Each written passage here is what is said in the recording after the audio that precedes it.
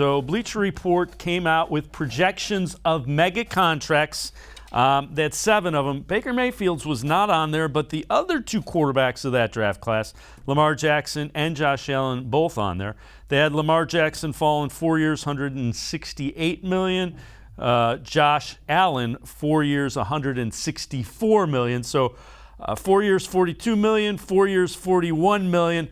It's a pretty good neighborhood to be in. Do you think Baker's deal is in that neighborhood? I think it's going to have to be. I don't know if it's going to be quite that big. We'll see. I think, in Lamar Jackson, you have a little bit of an outlier there. League MVP, right? And in Allen, you have a player who, you could make the argument, who's meant more to their franchise, Josh Allen to Buffalo or Baker Mayfield to Cleveland. I think that's a jump ball. So I think what's going to be interesting, Dave, though, is to your point earlier, is how quickly this deal gets done. Do the Browns sit back and wait for the bar to be set by either Lamar Jackson or Josh Allen?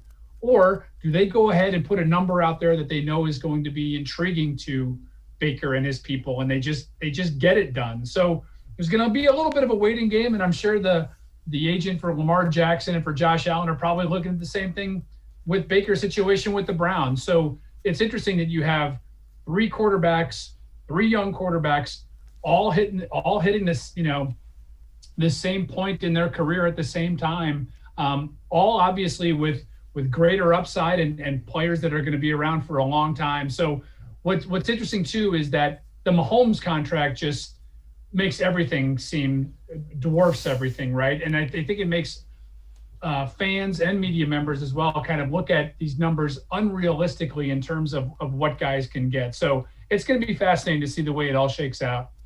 And the other thing I would say, it's not Andrew Berry's style, at least from what we've seen, isn't to sit back and wait. It's to create a value, think what the value is, and then go try to get it done. Across the board, Dave. I mean, he's aggressive, right? And he wants to be known as aggressive, and that's in everything from signing free agents